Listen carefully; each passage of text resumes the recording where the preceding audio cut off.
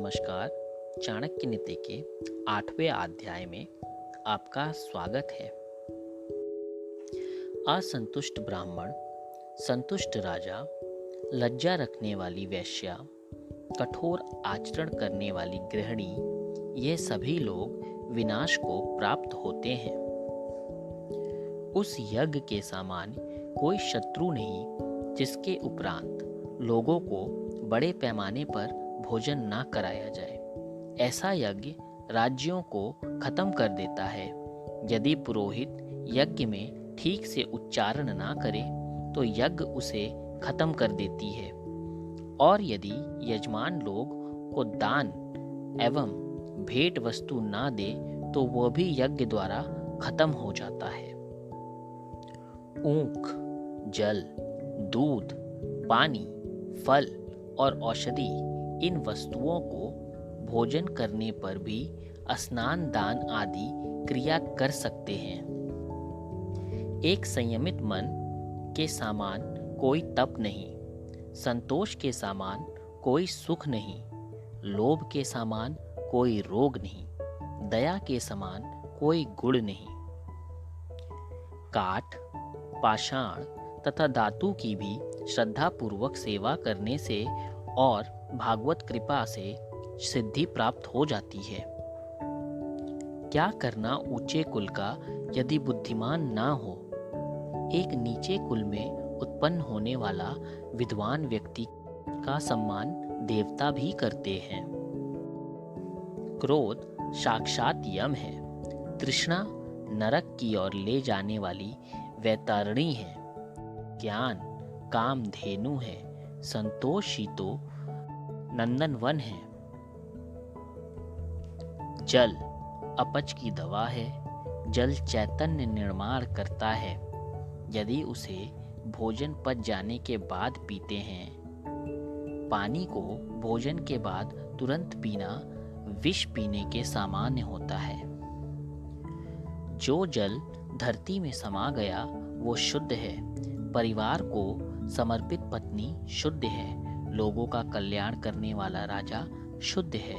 वह ब्राह्मण शुद्ध है जो संतुष्ट है। जो लोग दिखने में सुंदर हैं, जवान हैं, ऊंचे कुल में पैदा हुए हैं, वो बेकार हैं यदि उनके पास विद्या नहीं है। वो तो पलाश के फूल के समान है जो दिखता तो अच्छा है पर महकता नहीं है। दीपक अंधेरे का भक्षण करता है, इसलिए काला धुआं बनाता है। उसी प्रकार हम जिस प्रकार का अन्न खाते हैं, माने सात्विक, राजसिक, तामसिक, उसी प्रकार के विचार उत्पन्न करते हैं। देवता ना काठ में, ना पत्थर में और ना मिट्टी में हैं। वो तो रहते हैं भाव में। इसी से यह निष्कर्ष निकलता है कि भाव ही सबका कारण है। नीति भ्रष्ट होने से सुंदरता का नाश होता है। हीन आचरण से अच्छे कुल का नाश होता है। पूर्णता ना आने से विद्या का नाश होता है। उचित विनियोग के बिना धन का नाश होता है। नीच वर्ग के लोग दौलत चाहते हैं, मध्य वर्ग के दौलत और इज्जत चाहते हैं, लेकिन उच्च वर्ग के लोग सम्मान चाहते हैं, क्योंकि सम्मान ही उच्च लोग की असली दौलत है। नीति की उत्तमता ही व्यक्ति के सौंदर्य का गहना है। उत्तम आचरण से व्यक्ति अतोत्तर ऊंचे लोक में जाता है। सफलता ही विद्या का आभूषण है। उचित विनियोग ही संपत्ति का गहन है। यदि ज्ञान को उपयोग में ना लाया जाए तो वह खो जाता है।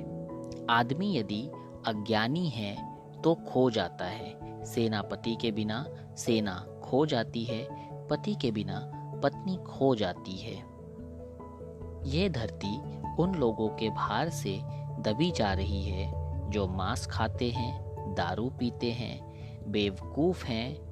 वे सब तो आदमी होते हुए भी पशु ही हैं। यह बातें बेकार है।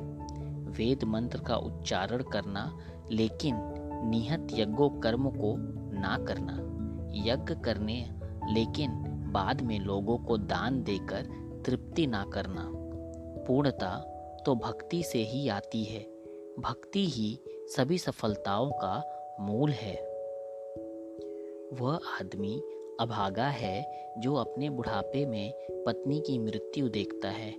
वह भी अभागा है जो अपनी संपदा संबंधियों को सौंप देता है। वह भी अभागा है जो खाने के लिए दूसरे पर निर्भर है। विद्वान लोग जो तत्वों को जानने वाले हैं, उन्होंने कहा है कि मांस खाने वाले चांडालों से 1000 गुना नीचे हैं।